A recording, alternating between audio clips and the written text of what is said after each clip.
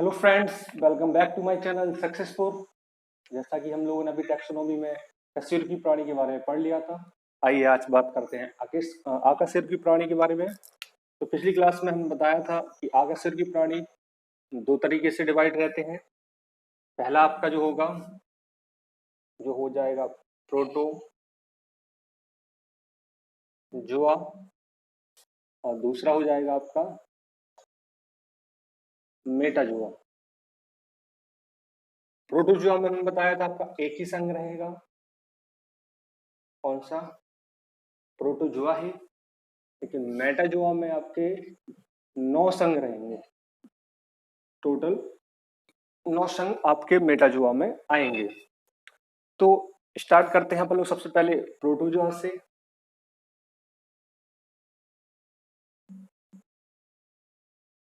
Protozoa, देखिए friends, जितनी भी मैं बायोलॉजी आप लोगों को बता रहा हूँ या जो भी अपना चैप्टर हम लोग चैप्टर देख रहे हैं, जैसे ही चैप्टर फिनिश होता है उसके बाद हम लोग क्वेश्चन करेंगे। और आप लोगों से भी मैं एक कहना चाहूंगा कि आप लोग घटना चक्र उठाकर जो भी घटना चक्र में बायोलॉजी क्वेश्चंस है, जो भी चैप्टर मैं करवा रहा हूँ उससे संबंधित क्वेश्चंस को हल कीजिए। जो भी कोई डाउट्स होंगे वो मैं आपका क्लियर करवा दूंगा। आप कमेंट बॉक्स में मैसेज कीजिए।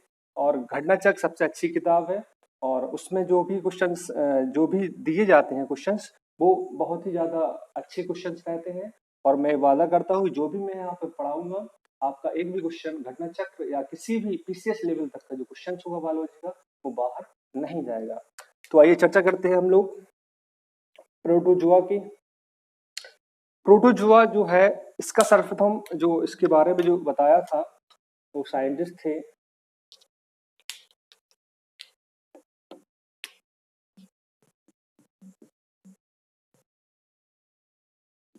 गोल्डफिश ने 1820 ईस्वी में। तो सर्वप्रथम प्रोटोजोआ के बारे में किसने बताया? गोल्डफिश ने 1820 ईस्वी में बताया था। आप लोग ये सारा भी नोट करते जाया करिए। जब भी जैसे ही मैं पढ़ाता हूँ आप साथ में नोट भी करिए और समझिए भी।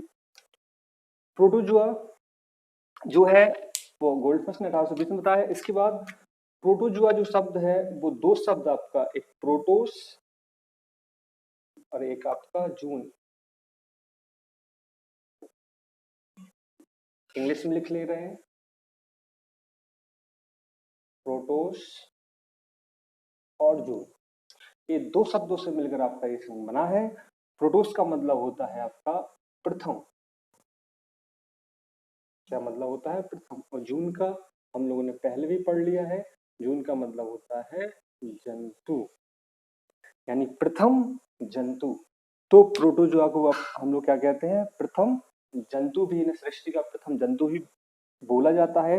ये क्वेश्चन एसएससी में कई बार आ चुका है कि प्रोटोजोआ को या प्रथम जंतु किसको कहा जाता है? तो प्रोटोजोआ को कहा जाता है। इसके बाद और इसके कुछ पॉइंट्स देखते हैं। तो यहाँ पे मैं लिख देता हूं इनको क्या कहा जाता है? सृष्टि का प्रथम जंतु। ठीक है, ये आपके दो क्वेश्चन निकल कर आ गए।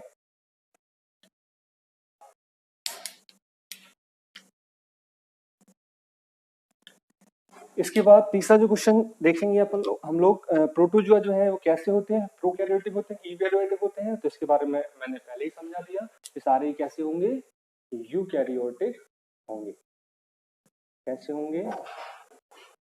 यूकैरियोटिक होंगे। इसके बाद एक कैसी सेल, इसमें इनमें जो सेल्स होते हैं वो कैसे रहते हैं? एक कोशिकीय होते हैं, बहुकोशिकीय होते हैं? तो ये सारे कैसे होते हैं? एक कोशिकीय होते हैं। कैसे होते हैं? एक कोशिकीय। और बाकी जो हम लोग मेटाजोआ पढ़ेंगे वो कैसा रहेगा? वह कोशिकीय रहेंगे। उसमें जितने भी हम लोग जितने भी संघ के बारे में पढ़ेंगे वो सारे कैसे रहेंगे? बहुकोशिकीय रहेंगे, यानी मल्टी सेलुलर रहेंगे। और ये कहाँ पाए जाते हैं प्रोटोजोआ? तो हो जाएगा आप लोगों का, ये कैसे होते हैं? जलीय होते हैं, यानी जल में पाए जाते हैं। तो ये हमने थोड़ा बहुत प्रोटोजोआ के बारे में जाना। इसके बाद इसके जो एग्जाम्पल्स हैं वो भी हम लोग देख लेते हैं कि प्रोटोजोआ के एग्जाम्पल्स क्या होंगे। के एग्जाम्पल्स के बारे में, जो एग्जाम्पल्स हैं इसके वो दो तरीके से पाए जाते हैं। एक होता है स्वतंत्र रूप में और दूसरा होता है परजीवी के रूप में। स्वतंत्र रूप में जैसे ही मैं पहले आपको बता चुका हूं, यूग्लिना, अमीबा, पैरामीशियम।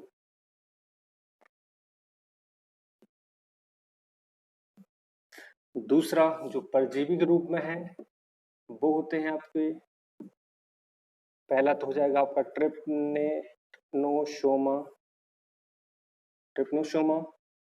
दूसरी जो हो जाएगा वो लेशमीनिया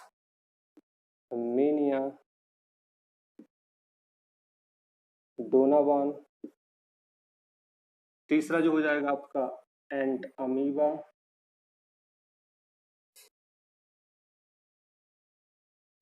चौथा प्लाज्मोडियम। जो प्रोटोजोआ के जो कुछ एग्जाम्पल्स हैं स्वतंत्र रूप में जो पाए जाते हैं, यूग्लिना, अमीबा और पैरामीशियम। परजीवी के रूप में जो पाए जाते हैं यानी इनको रोग कारक प्रोटोजोआ भी कहा जाता है। ट्रिप्नोसोमा जो है वो एक स्लीपिंग सिकनेस बीमारी है, स्लीपिंग सिकनेस, यानी इसमें व्यक्ति सुस्त एवं कमजोर महसूस करता है, कमजोरी बहुत ज्यादा आ जाती है। लेशमीनिया डोनावान, इसके बारे में थोड़ा हम लोग जान लेते हैं। इसके कुछ क्वेश्चंस अभी रिसेंटली मैंने देखे हैं, एग्जाम्स में आए हैं। जैसे लेशमीनिया डोनावान जो है, इसमें जो दो शब्द हैं, एक लेशमीनिया और दूसरा है डोनावान। इन दोनों के को अलग अलग तरीके से डिफाइन किया गया था। इंग्लैंड के जो व्यक्ति है लेशमीनिया, उनके नाम पे इसका नाम रखा गया था, और डोनावान जो मद्रास अपने भारत से बिलोंग करते हैं उनके नाम पर। तो लेशमीनिया डोनावान ऐसे इसका नाम पड़ा। इसके बाद हम लोग चर्चा करते हैं एंट अमीबा की। तो एंट अमीबा सभी लोगों को पता है, एक प्रकार का परजीवी प्रोटोजोआ है जो हमारे कहाँ पाया जाता है, आंत में पाया जाता है। इसकी वजह से हमें क्या हो जाता है, डायरिया। इसको हिंदी में पेचिस कहा जाता है, इसकी वजह से होता है। प्लाज्मोडियम जनरली सबको पता है कि मलेरिया का कारक होता है, इसका कारक होता है, मलेरिया का कारक होता है। तो कुछ परजीवी के बारे में हम लोगों ने जाना, जो परजीवी प्रोटोजोआ पाए जाते हैं कुछ स्वतंत्र रूप में, यूग्लिना, अमीबा और पैरामीशियम। कुछ जनरली क्वेश्चन बन जाते हैं कि पैरामीशियम को कौन सा क्या कहा जाता है, अमीबा, इनके बारे में हम लोग बाद में चर्चा करेंगे। अभी हम लोग खाली इतना समझ लेते हैं कि प्रोटोजोआ के कुछ एग्जाम्पल्स हैं, वो स्वतंत्र रूप में यूग्लिना, अमीबा, पैरामीशियम। परजीवी के रूप में जिनको रोग कारक प्रोटोजोआ भी कहा जाता है, ट्रिप्नोसोमा, इसको स्लीपिंग सिकनेस भी बोला जाता है, लेशमीनिया डोनावान, एंट अमीबा, जिसकी वजह से डायरिया पेचिस हो जाता है, प्लाज्मोडियम मलेरिया में कारक है, और लेशमीनिया डोनावान, ये दोनों ही जो नाम है ये अलग अलग व्यक्तियों के हैं। लेशमीनिया इंग्लैंड के व्यक्ति थे और डोनावान मद्रास के व्यक्ति थे।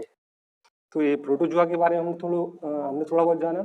हाँ, एक चीज और प्रोटोजोआ के बारे में, तो जनन के बारे में मैं नहीं बता पाया। जनन जो होता है वो दोनों तरीके से होता है, लैंगिक भी और अलैंगिक भी। ठीक है, तो आप लोग ये भी नोट कर लीजिएगा। जनन होता है वो लैंगिक और अलैंगिक दोनों तरीके से होता है। आइए हम लोग अब बात करते हैं दूसरा मेटाजोआ के 9 संघों के बारे में, क्रमशः एक एक करके।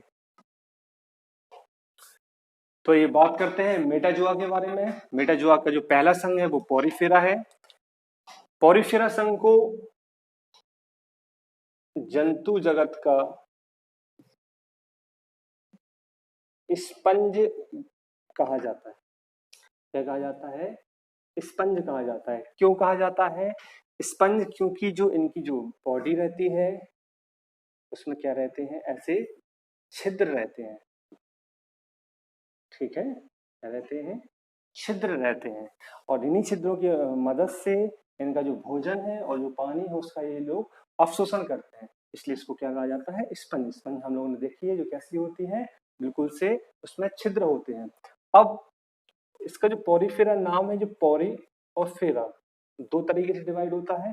पोरी का मतलब होता है छिद्र और फेरा का मतलब होता है धारण करना। तो जो छिद्र धारण किए हो वो कौन सा संघ होगा? पोरिफेरा। छिद्र को ऑस्ट्रिया भी कहा जाता है, ऑस्ट्रिया भी कहा जाता है। तो पोरिफेरा संघ, पोरियोफेरा छिद्र धारण करना, छिद्र को क्या कहता है? ऑस्ट्रिया कहा जाता है। इनको जंतु जगत का स्पंज कहा जाता है। ठीक है, इतनी बात समझ में आ गई। इसके बाद इनका जो शरीर होता है वो कैसा होता है? बेलनाकार होता है। दूसरा, ये कहाँ पाए जाते हैं? तो ये जल में पाए जाते हैं। एक्टिवेटिक होते हैं, नहीं जलीय होते हैं। और जलीय होते हैं, साथ में जो कैसे ठोस चट्टाने हैं उसके नीचे पाए जाते हैं। इसके जो मुख्य जो एग्जाम्पल्स हैं वो आपके हो जाएंगे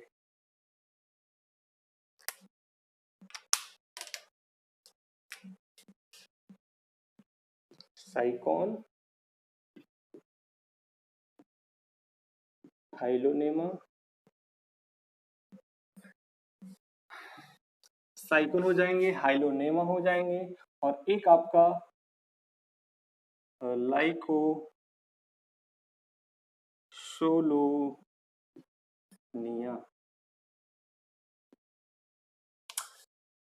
एग्जाम्पल्स में साइकोन, हाइलोनेमा और लाइको सोलोनिया। ये सबसे ज्यादा इंपॉर्टेंट है क्योंकि ये स्पंज जगत का सबसे छोटा जंतु होता है। स्पंज जगत का कैसा होता है? और सबसे छोटा जंतु। इस बात को ध्यान रखें। सबसे पहले जो क्वेश्चन है, पोरी जो शब्द है वो कैसे, उसका अर्थ क्या है? छिद्र। फेरा का मतलब होता है धारण करना, यानी जो छिद्र धारण किए हो वो क्या कहलाएंगे? पोरिफेरा संघ के जंतु कहलाएंगे। जंतु जगत का इसको इसलिए क्या कहा जाता है? स्पंज कहा जाता है। इनका शरीर कैसा होता है? बेलनाकार होता है। ये कैसे होते हैं? जलीय होते हैं, यानी जो ठोस चट्टानें जल में होती हैं उनके नीचे पाए जाते हैं। इसके जो एग्जाम्पल्स हैं वो साइकोन, हाइलोनेमा और लाइकोसोलोनिया। सोलोनिया जो है इसको क्या कहा जाता है? स्पंज जगत का सबसे छोटा जंतु कहा जाता है। जो छिद्र होता है पोरिफेरा में, उसको छिद्र को क्या कहा जाता है? ऑस्ट्रिया। और एक चीज और ध्यान रखना कि जो इनके जो सिर के भाग से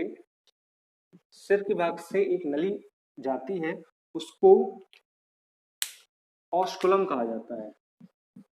ऑस्कुलम।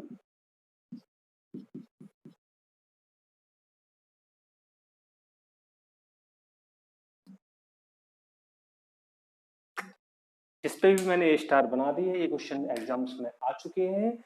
जंतु जगत का स्पंज क्या किसे कहा जाता है? पोरिफेरा संघ को। ये तो बहुत ही ज्यादा इंपॉर्टेंट है।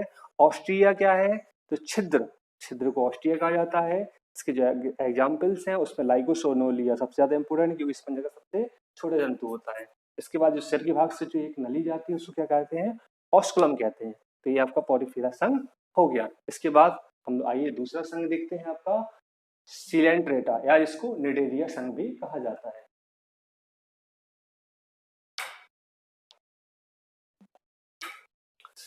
आइए मेटाजोआ के दूसरे संघ के बारे में चर्चा करते हैं। सिलेंट्रेटा, या इसी को क्या कहा जाता है? निडेरिया कहा जाता है। सबसे पहला ये कहाँ पाए जाते हैं? तो ये भी जल में पाए जाते हैं, जलीय होते हैं। दूसरा, ये मांसाहारी होते हैं और ये बहुकोष। देखिए मेटाजोआ जो है संघ है, उसमें जितने भी संघ आपके आएंगे वो कैसे रहेंगे? बहुकोषीय रहेंगे। तो मैं हर बार आपको ये नहीं बताऊंगा कि ये बहुकोषीय है, बहुकोषीय है, क्योंकि जो प्रोटोजोआ होता है वो आपका एक कोषीय होता है। जो मेटाजोआ होता है उसमें जितने भी संघ आएंगे वो सारे कैसे रहेंगे? बहुकोषीय रहेंगे। तो जलीय, मांसाहारी और बहुकोषीय तो रहेंगे ही रहेंगे। इसके बाद इनके अंदर एक सेल पाई जाती है, जिसको एक प्रकार की क्या पाई जाती है? सेल पाई जाती है। इसको हम लोग कहते हैं नीडोसाइट। नीडोसाइट एक प्रकार की इनके अंदर सेल पाई जाती है। ये एक तरीके से ये क्या काम करती है? कि विष का काम करती है। किसके लिए? दूसरों के लिए। क्या काम करती है? विष का काम करती है। जब भी ये अपने आप को ऐसी परिस्थितियां पाते हैं जिसमें इनको इनकी जान को खतरा होता है, तो ये एक प्रकार की सेल का ब्लास्ट करते हैं, उसमें से जो रस निकलता है वो कैसा होता है, विष के समान होता है। ऐसे ही इसकी जो एग्जाम्पल्स आइए वो देखते हैं। जैसे हो गया आपका मूंगा, पॉरपिटा, ओबेलिया। ठीक है, तो सीलेंट्रेटा निडीरिया के बारे में हमने जाना, ये जलीय होते हैं, मांसाहारी होते हैं। इनके अंदर से एक सेल निकलती है, इसको क्या कहा जाता है, नीरोसाइट सेल कहा जाता है। ये किस प्रकार होती है, विष के समान होती है। जब भी खुद को ऐसी परिस्थिति में पाते हैं जहां अपन की जान को खतरा होता है, तो ये क्या करते हैं, अपने अंदर से नीरोसाइट सेल का एक ब्लास्ट टाइप का करते हैं, उससे विष निकलता है जो इनकी रक्षा करता है। और इसकी जो एग्जाम्पल्स है वो मूंगा हो जाएगा, पॉरपिटा हो जाएगा और ओबेलिया हो जाएगा। इसके बाद हम लोग अगला, आज के लिए बस इतना ही, मिलते हैं नेक्स्ट वीडियो में। अब जो हम लोगों ने यहाँ तक अभी तक जो मेटाजोआ के 2 संघों के बारे में पढ़ा है, इसके बाद से जो 7 संघ हैं वो हम लोग नेक्स्ट वीडियो में कवर करेंगे। अगर आप लोगों को ये सेशन पसंद आया है तो दिल से लाइक कीजिए, कमेंट कीजिए, शेयर कीजिए, और अगर चैनल को सब्सक्राइब नहीं किया तो अभी तक, तो सब्सक्राइब जरूर करें। Thank you, be healthy, be safe.